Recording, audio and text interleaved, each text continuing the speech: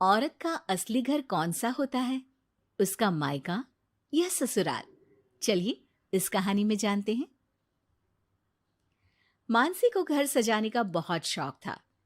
एक दिन मानसी अपने पिताजी से कहती है,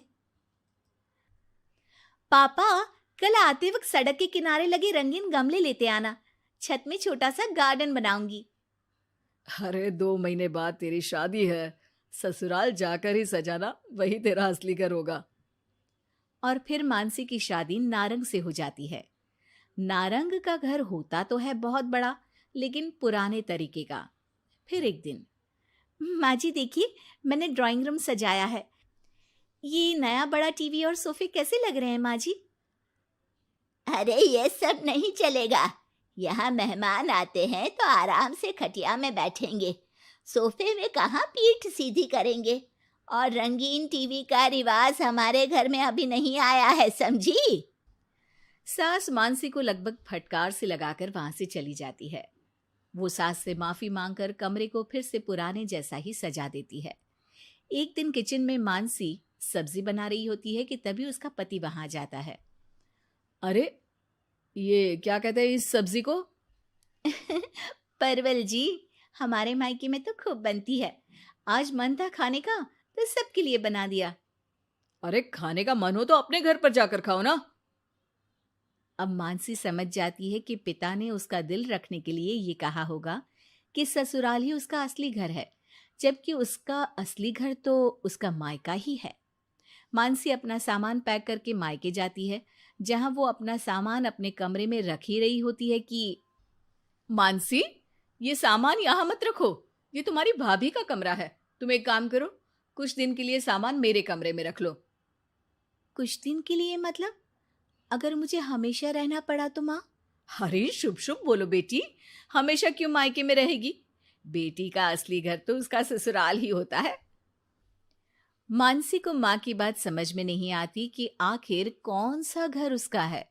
वो इसी उधेड़बुन में अपने कमरे में जाती है जो शादी से पहले उसका हुआ करता था। अलमारी खोलती है कि तभी पीछे से उसकी भाभी उसे टोक देती है। अरे दीदी, ये क्या? कुछ चाहिए था क्या? मुझे बोल देती। नहीं नहीं, मैं तो बस वैसे ही अपनी अलमारी में देख रही थी, लेकिन यहाँ तो मेरा कोई भी सामान नहीं है। दीदी, अब ये अलमारी मेरी है। आपकी शादी के बाद कमरा और अलमारी दोनों ही मेरे हैं। अगर आपको यहाँ आना है मेरे कमरे में या अलमारी से कुछ चाहिए तो आप मेरी इजाजत ले लीजिएगा। मानसी को भाभी की बात बहुत बुरी लगती है। वो सीधे माँ के पास जाती है। माँ, वो तो मेरा कमरा था। हाँ बेटा था, लेकिन अब तो तेरी अलमारी तेरे ससुराल में है ना। हाँ, लेकिन वहां तो मैं अपने अनुसार कुछ भी नहीं कर सकती। हर बात पर सास से पूछना पड़ता है। उनके कहे अनुसार ही घर पर रहना पड़ता है। और अब यहाँ भी तुमसे और माँ से पूछना पड़ता है। तो फिर मेरा घर कौन सा है माँ? तभी वहां मानसी की भाभी आ जाती है और वो बहुत ही समझदार महिला होती है। अरे ये तो बहुत सरल है मानसी। तुम ससुराल जाओ और कुछ महीनों तक मेरे कहे अनुसार चलो। इस सवाल का जवाब तुम्हें खुद ही मिल जाएगा। भाभी उसके कान में कुछ बातें कहती हैं, जिसे सुनकर मानसी अपने ससुराल चली जाती है। अरे आज सुबह सुबह काम वाली के लिए दरवाजा किसने खोला? घर पूरा साफ, किचन भी पूरा साफ। थोड़ी देर के बाद मानसी ससुर के पास नाश्ता और दवाई लेकर आती है। अरे मानसी बेटा तुम। हाँ पापा, आप समय पर नाश्ता करके दवाई ले ले। मानसी पति के लिए टिफिन पैक करती है और पति को देती है। अरे मानसी, आज तो मेरी अलमारी बहुत साफ है और आज खाना भी मेरी पसंद का। क्या बात है। धीरे धीरे मानसी ससुराल वालों में सबका ख्याल रखती है, सबका ध्यान रखती है। एक दिन, ये क्या है मानसी? अब माफ करिएगा मम्मी जी, आपके मना करने पर भी मैं एलईडी टीवी ले आई। काम करने के बाद जब मैं फ्री होती हूँ ना, तो टीवी देखने का बहुत मन करता है। ब्लैक एंड व्हाइट टीवी में मुझे समझ में नहीं आता, इसलिए अपने कमरे के लिए कलर टीवी मंगवाया था। अरे बेटा, तेरा घर है, अपने कमरे में क्यों? ड्राइंग रूम में ही टीवी लगवा दे, हम भी देखेंगे। मानसी सास की बात सुनकर खुश हो जाती है। अरे मानसी, याद है एक सब्जी खाने का तुम्हें बहुत मन था, तो वो सब्जी बनाओ ना, हम सब लोग भी वही खाएंगे। लेकिन वो तो यहाँ पर बनती नहीं है ना।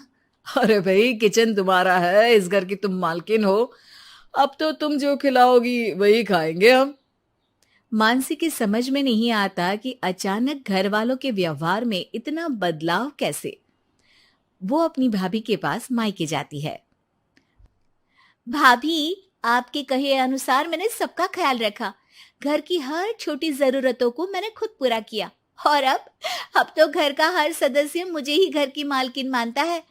लेकिन ये क्या फॉर्मूला थी भाभी, समझी नहीं मैं। देखो मानसी, घर किसी एक का नहीं बल्कि पूरे परिवार का होता है। चार दीवारी ईंट कंकड़ से बनने वाला घर अपना तभी होता है जब हर व्यक्ति अपनी जिम्मेदारी समझ उन चार दीवारी को घर बनाए।